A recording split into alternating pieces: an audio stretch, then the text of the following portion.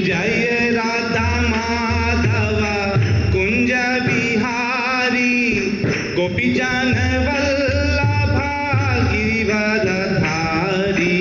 जय राधा माधव कुंज बिहारी गोपी जन वल्लभा गिरिवरधारी।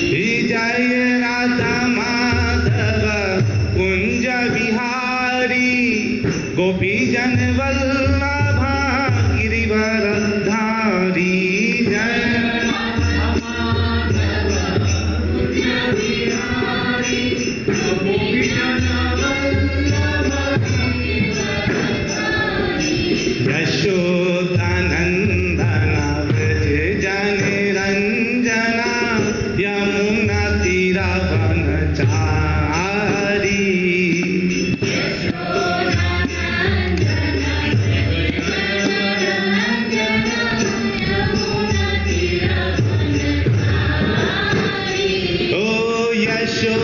यशोदानंदन व्रज जन रंजना यमुना तीरवनचारी।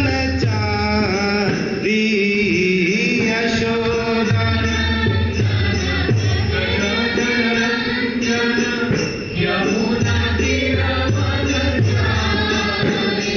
ओ जय राधा माधव कुंज बिहारी। ओम नमो भगवते वासुदेवाय।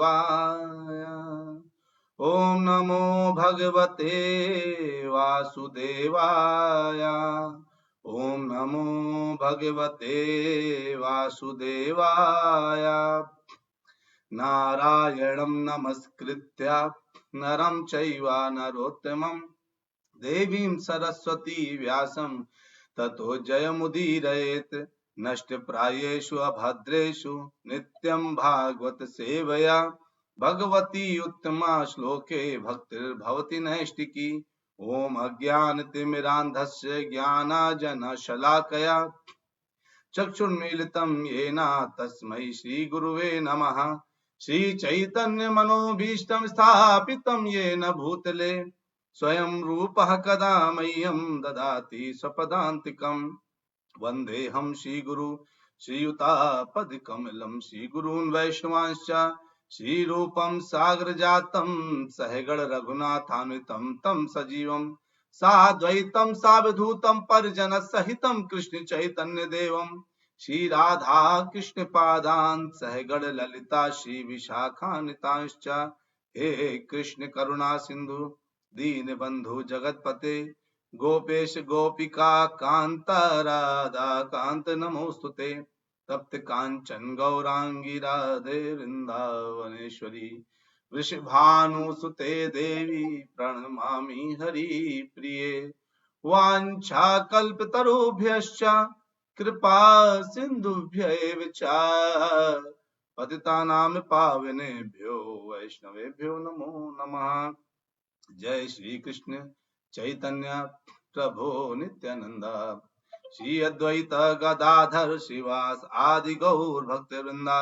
हरे कृष्णा कृष्णा कृष्णा हरे हरे हरे राम राम राम हरे हरे।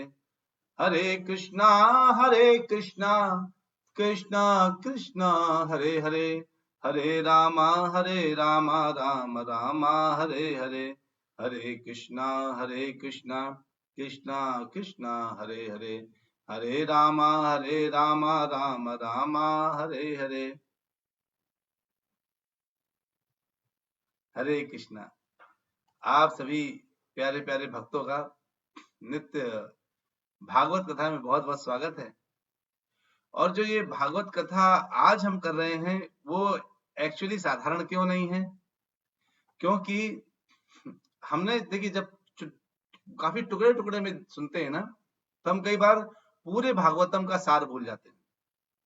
तो हमने ये प्लान किया किसी के प्रश्न पूछने पर कि हम आप लोगों को जो हमने पहले पढ़ा है ना, पहला स्कंद और दूसरा स्कंद, उन दोनों स्कंदों के लिए के ऊपर थोड़ा सा चर्चा करेंगे। ताकि आपको पता चले कि एक फ्लो में भागवत कैसे जा रही है। और जितना आज हो पाया करेंगे, बाकी कल करेंगे, बाकी नेक्स्ट कथा में करेंगे, है ना। तो आज जितना हो पाएगा उसको हम लोग जरूर करने वाले हैं। तो जो इसलिए इसमें कोई श्लोक नहीं है, लेकिन क्या है, केवल चर्चाएं हैं। चर्चा का मतलब कि पहला कैंटो के पहले चैप्टर से लेकर के अंतिम चैप्टर तक में क्या क्या डिस्कशन हुए, हम वो लोग देखेंगे, वो सब देखेंगे। और फिर दूसरे कैंटो में क्या हुआ, ताकि तीसरा कैंटो आपको समझ में आए कि क्यों शुरू हुआ ऐसा। तो सब लोग रेडी हैं? चलिए, बहुत बढ़िया, ठीक है। तो अगर रेडी है तो हरी बोल लिखिए। मुझे आपके टेक्स्ट नीचे दिखाई देते हैं, आप लोग देखते हैं, इसलिए मैं नीचे घूर के देखता हूँ कि आपके टेक्स्ट क्या है। तो आप लोग जो है, अगर सब लोग बिल्कुल रेडी हैं इस चीज के, देखो कि इसको थोड़ा सा फास्ट समझना पड़ेगा, ताकि हम लोग इसको समय के अनुसार इसको खत्म कर सके जितना हो सके। तो पहला चैप्टर पहले कैंटो का, स्कंद 1 का पहले चैप्टर में क्या हो रहा है कि शौनक आदि ऋषि बैठे हुए हैं अपने शिष्यों के साथ। शौनक जी बैठे हुए अपने शिष्यों के साथ, और बैठ करके उन्होंने 1000 वर्ष का पूरा यज्ञ करने का प्रतिज्ञा करी है। उसी समय उनको सूत जी दिखते हैं और सूत जी से कहते हैं, अरे आपने तो पूरी जो है साक्षात सुखदेव गोस्वामी से सुना है, हमें आपसे भागवत सुनना है। पहले अध्याय में ऐसा आता है, और वो जो है सुनना है। तो सूत जी उनकी तारीफ करते हैं कि आप लोग बहुत उत्तम है, प्रकृति के लोग हैं। क्यों? क्योंकि आप लोगों ने भागवत सुनने के लिए इतना हृदय में तत्परता लेकर के आए हैं। और भागवत सुनना, जो व्यक्ति भागवत सुनता है, समझता है और उसको अंडरस्टैंड करके उसको धारण करता है, वो भगवान का बहुत प्रिय हो जाता है। और इस तरह से लोगों की तारीफ करके सूत जी गोस्वामी क्या करते हैं, अपनी कथाओं को शुरू करते हैं। तो चैप्टर 1 में यही कहा गया है, केवल क्या कि सूत जी शौनक आदि ऋषि से मिलते हैं, और शौनक आदि ऋषि से बिल्कुल जब उन्होंने बहुत रिक्वेस्ट करा, तो सूत गोस्वामी उनकी तारीफ करके कथा करना प्रारंभ करते हैं। इतना पता चल गया पहले कैंटो का पहला चैप्टर, उसका ये भाव है, ठीक है। अब पहले कैंटो का दूसरा चैप्टर क्या कहता है? कहते हैं कि पहले कैंटो के दूसरे चैप्टर में सूत जी बिल्कुल कथा शुरू करके सबसे पहले क्या करते हैं, अपने गुरु को नमस्कार करते हैं, भगवान को नमस्कार करते हैं, और नमस्कार करके जो है कहते हैं कि भगवान के प्रभुता के बारे में सबसे पहले ही शुरू कर देते हैं, ताकि सबसे पहले किसी चीज का एहसास किसी को हो ना हो, भगवान की प्रभुता के बारे में पूर्ण रूप से एहसास होना चाहिए कि भगवान कौन है, और भगवान के जो है को प्रसन्न करना क्यों जरूरी है, और जो है, और आप जो भी जिंदगी में कर रहे हैं, सुबह से लेकर शाम तक जो भी कर रहे हैं, वो किसके लिए करना चाहिए? भगवान की प्रसन्नता के लिए करना चाहिए।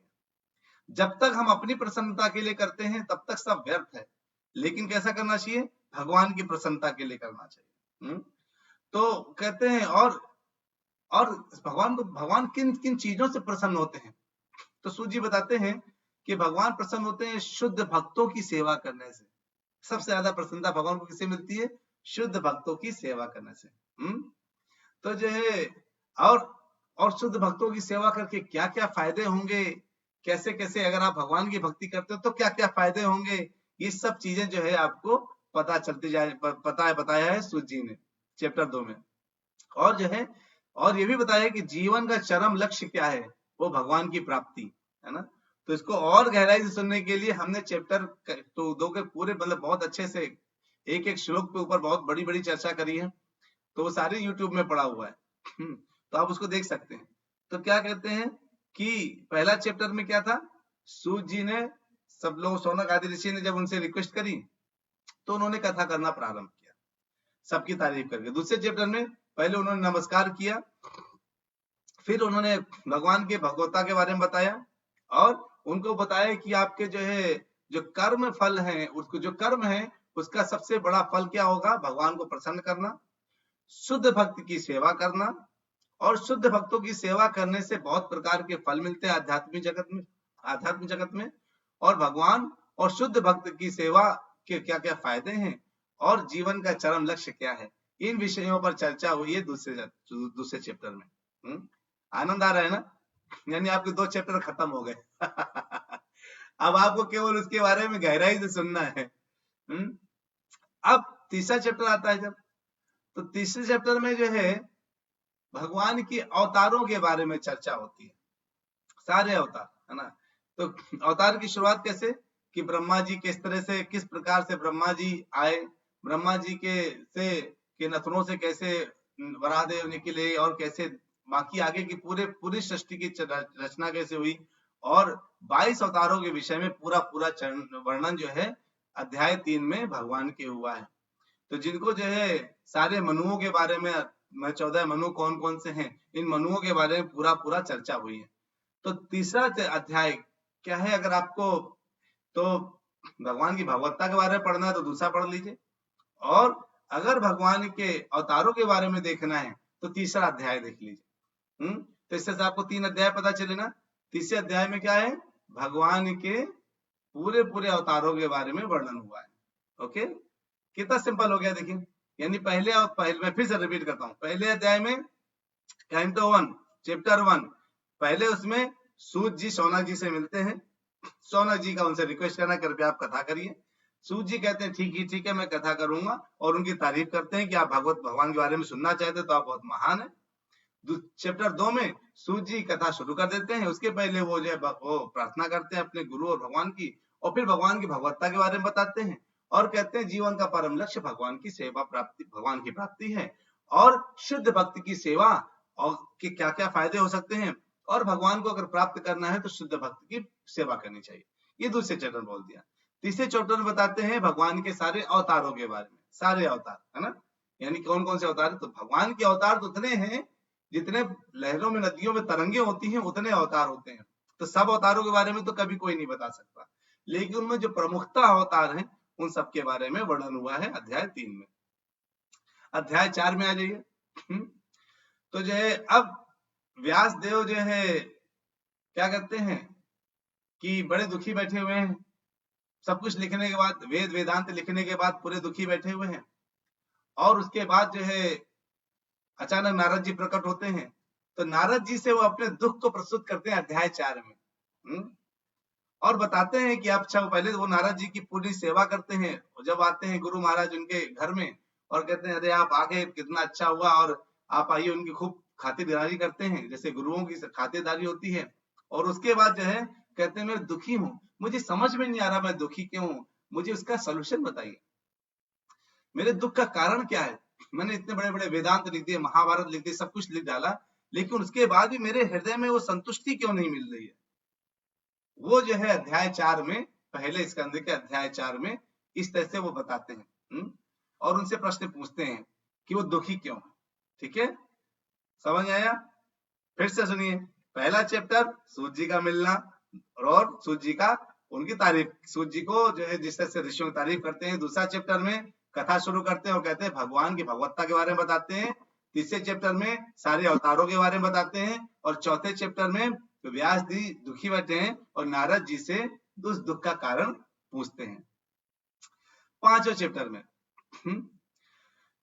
पांचवें चैप्टर जब आता है तो नारद जी व्यास को कहते हैं कि अरे तुमने, इसलिए तुम दुखी हो क्योंकि तुमको क्या लगता है तुमने जो लिखा है वो पूर्ण है क्या? तुमने लिखा है आत्म साक्षात्कार ऐसे ऐसे होना चाहिए, तुमने वेदों को ही लेकर के गलत तरीके से प्रस्तुत कर दिया, पता है? तुमने वेदों को लिखा और लोगों को बताया कि तुम वेदों को फॉलो करोगे तो तुमको इंद्रिय तृप्ति में और ज्यादा कर सकते हो, स्वर्ग लोक तक जाने का तुमने रास्ता बताया। लेकिन फिर जब ये व्यास तो कहते हैं हाँ मैं बहुत अच्छा लेखक हूँ, आपने मुझे बोला सब ठीक है, लेकिन मुझे बताइए मैं दुखी क्यों हूँ? तो बताते हैं नारद जी, क्योंकि व्यासदेव जी के गुरु कौन है? नारद जी है ना। देखिए सिस्टम ऐसा है, सबसे पहले कौन है? भगवान। भगवान कृष्ण ने पूरा ज्ञान दिया किसको? ब्रह्मा जी को। ब्रह्मा जी ने किनको ज्ञान दिया? नारद जी को। नारद जी ने किसको ज्ञान दिया? व्यास जी को। व्यास जी ने सुखदेव को, सुखदेव ने सूत गोस्वामी को, सूत गोस्वामी शौनक आदि ऋषि को, और ऐसे आगे बढ़ते बढ़ते प्रभुपाद जी तक, प्रभुपाद जी से हम लोगों को, हम लोगों से आगे लोगों तक, है ना। ये पूरी परंपरा है। इसीलिए गुरु जो व्यासदेव है ना परेशान है, लेकिन नारद जी उनको क्या आदेश देते हैं कि हे व्यास तूने बहुत कुछ लिख दिया। अध्याय 5 पहला कंटो, पहला स्कंद का अध्याय 5 चैप्टर 5 में क्या कहते हैं? तूने लिखा, लेकिन तूने कुछ ऐसा मिस किया है जिसकी वजह से तू सुखी नहीं लग रहा, तू सुख फील नहीं कर रहा है। वो है भागवतम। भगवान की लीलाओं के बारे में तूने अभी तक चर्चा नहीं की। कहीं भी तूने सीधे सीधे नहीं लिखा कि भगवान कृष्ण ही कृष्ण है, ये तुमने नहीं लिखा। और जो है कहते हैं तुमने वेदों में कैसे धर्म का पालन करने, इनके नाम पर लोगों को तुमने लाभ बताए हैं, और उनकी वजह से तुम वो लोग भ्रमित हो जाएंगे। लोग उन विषय में अलग अलग चर्चा करेंगे और अलग तरीके से, गलत तरीके से उसको फॉलो करेंगे, है ना। तो जो है इस तरह से, और फिर बताया नारद जी ने अपनी कथा सुनाई, किस तरह से इसी अध्याय 5 में ही वो कैसे दासी पुत्र थे, और चतुर्मास में किस तरह से ब्राह्मण लोग उनके परिवार घर में आए थे और ब्राह्मणों की उन्होंने सेवा करी, और ब्राह्मणों की सेवा करके उन्होंने ब्राह्मणों के जूठन खाया और ब्राह्मणों की सेवा करी, और चतुर्मास खत्म होने पर वो जो है चले गए। ब्राह्मण लोग जितने जो है वो चले गए, लेकिन ब्राह्मणों से उनका जूठा खा करके और भगवान से, ब्राह्मणों से चर्चा करके भगवान के विषय में उनको ज्ञान प्राप्त हुआ। ये था अध्याय 5। ठीक है। अध्याय 6 पहला स्कंद। देखिए मैं थोड़ा सा फास्ट ले रहा हूं, लेकिन अगर मैं सारांश ही बता रहा हूं ना, ताकि आपको पता चल जाए फ्लो क्या था। सूत जी का पहले क्या था, सूत जी का मिलना शौनक ऋषि से, फिर सूत जी ने बोला तुमने बहुत अच्छा प्रश्न किया है, और फिर उन्होंने दूसरे अध्याय में भगवान की भागवतता के बारे में बताया, भागवत तो भक्तों की सेवा के बारे में बताया, और जीवन का परम लक्ष्य के बारे में बताया। अध्याय 3 में सारे अवतारों के बारे में बताया। अध्याय 4 में व्यास देव ने जो नारद जी को जो प्रश्न पूछे कि कैसे मैं दुखी क्यों हूँ, उसके बारे में वो चर्चा हुई अध्याय 4 में। अध्याय 5 में नारद जी ने उनको बताया कि तुमने भगवान को मिस कर दिया, इसलिए तुम दुखी हो, और तुमको जो है, और इसी कारण से तुम्हें क्या है, तुम जो है, और तुमको अगर लीलाओं के बारे में लिखोगे तुम्हें सुख ही मिलेगा। और फिर उन्होंने अपने बारे में बताया कि वो दासी पुत्र हैं, इसी 5वें अध्याय में ही, और दासी पुत्र थे, और किस तरह से जो है जब चतुर्मास के समय पर ब्राह्मण लोग आए तो उनका सेवा करती थी उनकी माँ, और उनकी सेवा में वो भी सेवा करते थे, और उनका जूठा खाते थे, उनसे डिस्कशन करते थे, उनको भगवान के बारे में ज्ञान प्राप्त हुआ। ये था चैप्टर 5 तक। अब चैप्टर 6 में आ जाइए। चैप्टर 6 में क्या बोलते हैं कि अब व्यास जी ने पूछा आपको कैसे पता है, आप तो पूरा अभी इस समय आपको कैसे अपने पुराने जन्म के बारे में इतना ज्यादा कैसे पता है, इसे पूछते हैं। आपने जो है जब मुनि लोग चले गए तो क्या क्या किया, ये पूछा उन्होंने। कहते हैं और जो है तो फिर जो है इन्होंने बताया कि देखो मेरी माँ के लिए, मेरी केवल माँ ही नहीं थी, वो एक दासी भी थी, उसकी वजह से हर जगह सेवा करती थी, लेकिन मुझे बहुत प्यार करती थी। मेरी माँ ने मुझे बहुत अच्छे से पाला पोसा, लेकिन क्या हुआ, उनको सर्प ने काट लिया। जब सर्प ने काट लिया तो मेरी माँ जो है चल बसी, और उनके जाते ही मैंने जो है मैं शोक से व्याकुल नहीं हुआ, क्योंकि मुझे कृष्ण के बारे में पता चल गया था। भगवान कहते हैं ना, हम सर्वस्य प्रभो मत्ता सर्वम प्रवर्तते, सब कुछ मेरे कारण है, ये सोच करके मुझे जो साधुओं ने ज्ञान दिया था उनके बल पे मैं निकल पड़ा जंगल की ओर, और जा करके मैंने 5 साल की उम्र में ही भगवान की भक्ति करने का प्रयास किया, और मैंने खूब भगवान को जो है बहुत भक्ति करी। और जैसे ही मैंने भगवान की खूब गहराई से हृदय से भक्ति करी, भगवान ने मेरे हृदय में क्षणिक दर्शन दिए, और क्षणिक दर्शन से भगवान प्रकट हुए, और मेरी लोलुपता बढ़ गई भगवान को देखने के लिए, मैं तड़पने लगा। जब आंख खोली तो मुझे भगवान दिख नहीं रहे हैं, और भगवान ने फिर बोला कि मैंने तुम्हें थोड़ा सा दर्शन इसलिए दिया है ताकि तुम्हारी लोलुपता बढ़ जाए, और तुम मेरे ऊपर और आसक्ति हो जाओ, मेरे और भौतिक आसक्ति को त्याग दो, और मेरी भक्ति में चल जाओ और बढ़ने लगो। मेरी भक्ति में जब तुम और बढ़ोगे तब जाकर के तुम मेरे पार्षद बन सकते हो। ये कहकर भगवान विलुप्त हो गए, वहां से गायब हो गए उनके हृदय से। और नारद जी कहते हैं कि इसी अध्याय में बताते हैं, अध्याय 6 में ही, कि किस तरह से उसका जल का क्षणिक प्रलय जब आता है, ब्रह्मा जी की रात्रि हुई, और ब्रह्मा जी की रात्रि के समय जब क्षणिक प्रलय आया तो हम सब लोग, ब्रह्मा सहित सारे लोक सहित सब लोग नारायण के सांस द्वारा उनके भीतर चले गए, और फिर 4 अरब 32 करोड़ सौर वर्षों के बाद हम सब के सब बाहर निकले, और फिर से नव निर्माण हुआ, और मैं नारद बनकर के ब्रह्मा पुत्र के रूप में आया। ये अध्याय 6 है। ठीक है, बहुत जल्दी तो नहीं हो रहा, आप लोग सुनाई दे रहा है कि नहीं दे रहा है, बताइए। मैं ज्यादा फास्ट तो नहीं बोल रहा? मुझे थोड़ा सा बताइएगा, अगर आपको लग रहा है कि बहुत जल्दी जल्दी बोल दिया प्रभु जी ने, तो हम थोड़ा स्लो हो जाएंगे। तो अध्याय 6 समझ में आ गया। तो अध्याय 6 में बिल्कुल कुछ नहीं, तो केवल एक ही चर्चा हुई है, क्या कि व्यास जी, तो राधा माता जी कहते हैं यस, मतलब समझ में आ रहा है। यस का मतलब समझ में नहीं आया, मतलब क्या है राधा माता जी, समझ में आ रहा है ना पूरा? ठीक है, वेरी गुड। तो कहते हैं व्यास जी क्या कह रहे हैं कि अध्याय 6 में उनको प्रश्न पूछने पर नारद जी ने उनको पूरी बात बताई अपनी, ठीक है ना, कि कैसे वो दासी पुत्र से भगवान के भक्त और नारद के रूप में कैसे आए। अब अध्याय 6 खत्म हो गया। वेरी गुड राधा माता जी। अगर कोई प्रॉब्लम नहीं समझ आ रहा तो 7वां चैप्टर सुनते हैं फिर, तो समझ आएगा फ्लो पहला पता चला। पहला अध्याय सूत जी का मिलना शौनक ऋषि से, दूसरा अध्याय में सूत जी का बताना कि भगवान कौन है और भक्तों की भक्ति करने का फायदा क्या है, परम लक्ष्य क्या है। तीसरे अध्याय में पूरे सारे अवतारों के बारे में। चौथे अध्याय में व्यास जी दुखी क्यों है इसके बारे में व्यास जी प्रश्न पूछते हैं। 5वें अध्याय में भगवान नारद जी बताते हैं कि तुमने भगवान को नहीं जोड़ा इसलिए तुम दुखी हो। 6वें अध्याय में नारद जी बताते हैं कि किस तरीके से भगवान की भक्ति में वो आए और आज वो नारद कैसे हैं। अब 7वां अध्याय, ठीक है। अब होता क्या, नारद जी चले जाते हैं। नारद जी के जाने पर व्यास जी जो है बैठ जाते हैं सरस्वती नदी के किनारे और बैठ करके ध्यान लगा देते हैं और बैठ करके वो सोचने लगते हैं कि कैसे कैसे चर्चा हुई और उन्होंने भागवतम की रचना शुरू कर दी। अब सुखदेव गोस्वामी से जो है किस तरह से सुखदेव गोस्वामी का भागवतम में रुचि आई। लोगों ने पूछा सूत जी ने, अरे सुखदेव गोस्वामी तो पहले से ही परम भक्त हैं, उनको क्या फर्क पड़ता है।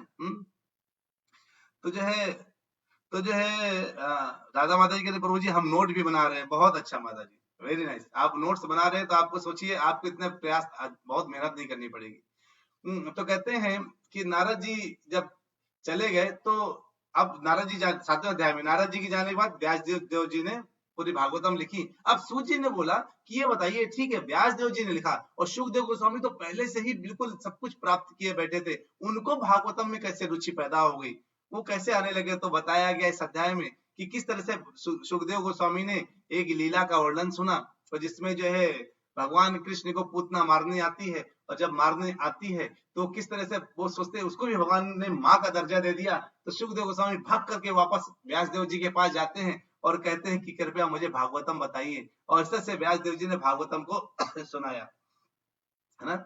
और फिर सूत जी से शौनक आदि ऋषि पूछते हैं कि थोड़ा हम ये भी जानना चाहते हैं कि परीक्षित महाराज के जन्म के बारे में कुछ पूछना चाहते हैं कि उनका जन्म क्या हुआ, वो कैसे हुए। जो परीक्षित महाराज जो सुखदेव गोस्वामी से प्रश्न पूछ रहे हैं वो आखिरकार उनका जन्म क्या, वो कौन है, ये जानना चाहते हैं। तो फिर जो है सूत गोस्वामी ने 7वें अध्याय में क्या बताया कि परीक्षित महाराज के लिए कौन है वो, कैसे उनकी रक्षा हुई, तो ये बताने का शुरुआत कर देते हैं। अब वो कहते हो शुरुआत कहां से करते हैं कि जिस समय अश्वत्थामा ने द्रौपदी के 5 पुत्रों को, जो कि कहां पे है, देखिए इधर ये बोला जाता है द्रौपदी के 5 पुत्र, ये नहीं बोला जाता अर्जुन के 5 पुत्र, क्यों अर्जुन सब 5 जो द्रौपदी का आप जानते हैं वो पांचाली यानी पांचाल नगर की शहर की मान लीजिए, या तो वो पांचाल जहां क्षेत्र की वो पांचाली है, लेकिन उनके 5 पति हैं।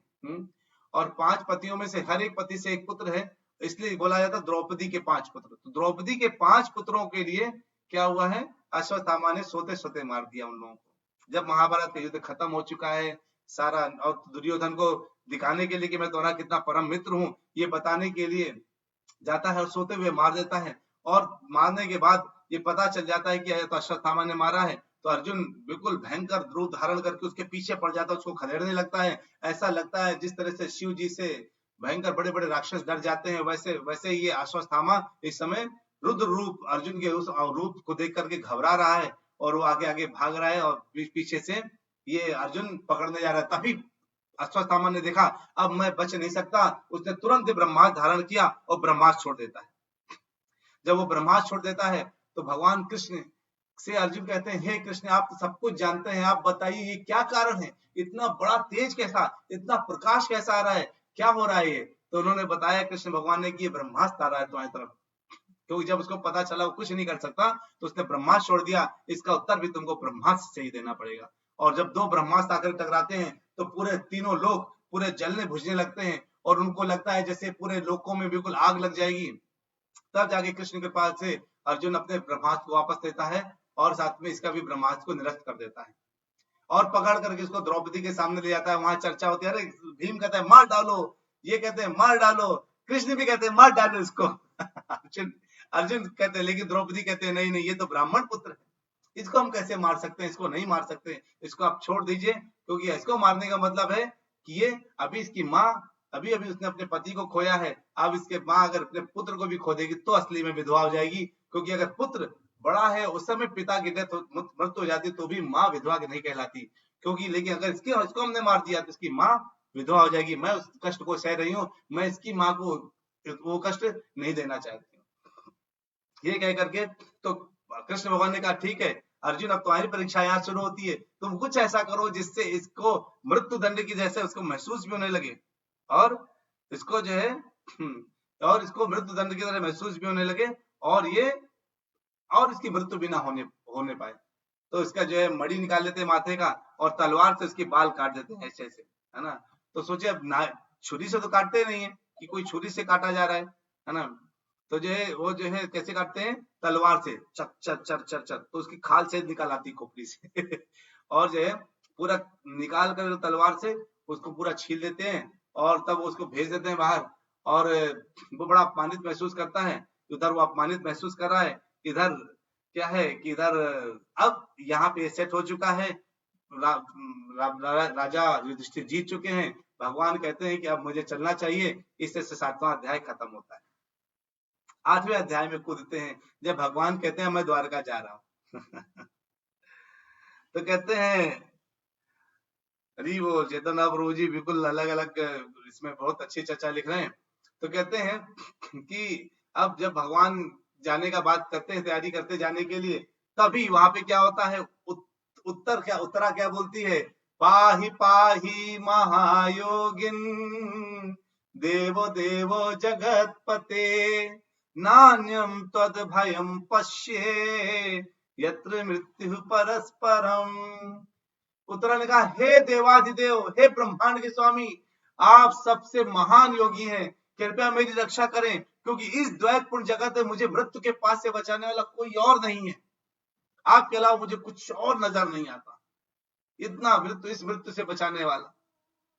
अरे ये ऐसा क्यों बोली उत्तरा, सब देख के दंग रह गए, अरे उत्तरा को क्या हो गया है, अचानक उत्तरा ने ऐसा क्यों बोलना शुरू कर दिया, पाही पाही महाभाव, क्यों बोल रही उत्तरा, पाई पाई महायोगिन देव देव जगतपति, ऐसा क्यों बोली है, क्योंकि वो उसको दिख रहा है उसकी तरफ एक ब्रह्मास्त्र आता है, वो ब्रह्मास्त्र की खास बात है जिसके ऊपर छोड़ा जाता है केवल उसी को नजर आता है। इधर अर्जुन लोग खड़े तो हो गए, देख रहे क्या हो गया उत्तरा को, कौन इसके ऊपर पीछे अटैक कर रहा है, आक्रमण करने आया है, लेकिन अर्जुन लोगों को पता नहीं चल रहा, क्योंकि अर्जुन लोगों के पास भी एक ब्रह्मास्त्र आ रहा है, उनको लग रहा है इस ब्रह्मास्त्र को देखकर उत्तरा बोल रही है, लेकिन भगवान को तो पता है ना कि वो ब्रह्मास्त्र तुम्हारे लिए छोड़ा गया है और वो 5-6 ब्रह्मास्त्र छोड़े गए, एक एक ब्रह्मास्त्र सभी के लिए, पूरा नाम और निशान मिट जाएगा। भगवान ने कहा अरे तू उसको मार सकता है जाके, जब भगवान कृष्ण रक्षित हो, जब भगवान रक्षा करते हैं तो कौन मार सकता है। भगवान 2 ही बार हंसते हैं, जब भगवान किसी को मारना चाहते हैं और कोई बचाना चाहता है, और दोबारा का भगवान जिसको बचाना चाहते हैं उसको कोई मारना चाहता है, तो भगवान हंसने लगते हैं। भगवान ने इमीडिएट बेसिस पे तुरंत क्या किया, तुरंत उत्तरा के घर में पहुंच गए और उनको 1 सेकंड भी नहीं लगा पता चलने में कि क्या हो गया, बाकी सब लोग ऐसे हड़बड़ क्या हो गया क्या हो गया, और सेम समय पर उसी समय 5 पांडवों की रक्षा के लिए उन्होंने 5 रूप धारण के 5 शस्त्र उठा लिए और उत्तरा गर्भ के अंदर प्रवेश होकर के उन्होंने छट छट छट छट छट छट पूरा ब्रह्मांड जो ब्रह्मास्त्र आया था उसका नष्ट विनष्ट कर दिया, और जो क्षत विक्षत होकर के परीक्षित महाराज को मार डाला था उसने ब्रह्मास्त्र ने, ऐसा नहीं था मारा नहीं था, मार ही दिया था, उसको पुनः वहां जीवित किया, और परीक्षित ने उस वक्त देखा अरे ये कौन है जो मेरे सामने आ गए हैं, और चूंकि जब से जन्म लिए तब से यही सबकी परीक्षा लेते रहे कि ये कौन है ये कौन है ये कौन है, अरे कहीं ये वो कृष्ण तो नहीं है जिन्होंने मेरी रक्षा करी थी, अरे ये तो नहीं मेरी जिन्होंने रक्षा करी थी, इसलिए उनका नाम परीक्षित पड़ा, क्योंकि परीक्षा लेते रहे, और इस तरह से वो बिल्कुल रक्षा करे। और जो है भगवान ने सभी पांडवों की रक्षा की, तब कुंती माता जी आती हैं, कहती हैं अरे आप तो जो है आप हैं मेरे पास तो सब कुछ है, और आप कृपया हमें दुख देते रहिए, और यहाँ कुंती स्तुति शुरू होती है और उन्होंने कुंती स्तुति करना शुरू कर देते हैं, है ना। और जो है चैप्टर 8 में इस तरह से कुंती स्तुति होती है, ठीक है। अब उसके बाद भगवान वहां थोड़ा ठहरते हैं, सब कुछ व्यवस्था बनाते हैं, उनके राजाभिषेक वगैरह में सब रहते हैं, और फिर 9वें अध्याय में भीष्म देव की बारी आती है जिनका समय आ चुका है, वो शरीर त्याग करने वाले हैं। भगवान कृष्ण कहते हैं युधिष्ठिर से, आप चल के भीष्म देव से ज्ञान लीजिए। भीष्म देव के पास आते हैं युधिष्ठिर महाराज ज्ञान लेने के लिए, और ज्ञान लेकर के उनसे ज्ञान लेने के लिए आते हैं। उसी समय सारे जगत के लोग आ जाते हैं, विश्व से, पूरे ब्रह्मांड से अलग अलग लोग भीष्म देव को सुनने के लिए आ जाते हैं। सोचिए वो है भीष्म देव। और भीष्म देव अपनी आंखें बिल्कुल, फिर वो भगवान के लिए जो है पहले युधिष्ठिर को ज्ञान देते हैं, और ज्ञान देने के बाद वो अपना जो है भगवान कृष्ण पर आंखें स्थिर कर देते हैं, और भीष्म स्तुति शुरू होती है। और भीष्म स्तुति के बाद जो है भगवान कृष्ण पर ही आंखें स्थिर करते करते उन्होंने अपना शरीर त्याग देते हैं। ये है 9वां अध्याय, है ना। और फिर जब 9वां अध्याय खत्म होता है तो 10वें अध्याय में, पहले कैंटो के स्कंद के 10वें अध्याय में भगवान का द्वारका गमन शुरू होता है। और यहाँ से सभी लोग दुखी हो रहे हैं, लेकिन चूंकि जब कोई जाता है ना तो आंसू नहीं बहाने चाहिए, तो लोग अंदर अंदर रो रहे हैं और हे कृष्ण मत जाओ कृष्ण, ऐसे करके यहाँ सोच रहे हैं। और लगातार, लेकिन कृष्ण को तो जाना है क्योंकि द्वारका नगरी उनका इंतजार कर रही है। और यहाँ पर युधिष्ठिर समेत पूरी नगरी दुखी बैठी है। अर्जुन उनके पीछे छत्र लेके जा रहे हैं कि हे भगवान आप चलिए, हम आपको वहां तक छोड़कर आते हैं। छोड़ने का मन नहीं, लेकिन तब भी छोड़ने के लिए जा रहे हैं। और इधर कृष्ण को छोड़ा जाता है, और जब भगवान द्वारका पहुंचते तो वहां धूमधाम से उनका स्वागत होता है और भगवान द्वारका नगरी पहुंच जाते हैं। इस तरह से आपका पहला स्कंद समाप्त होता है। ठीक है। पहला चैप्टर सूत जी का शौनक ऋषि से मिलना, सूत जी का जो है उनको तारीफ करना कि आपने बहुत अच्छे से भगवान के विषय में सुनना चाहा है। दूसरा चैप्टर भगवान के बारे में बताना, कि भगवान की भगवत्ता के बारे में बताना, और भक्तों की सेवा के फायदे के बारे में बताना, और चरम लक्ष्य के बारे में बताना।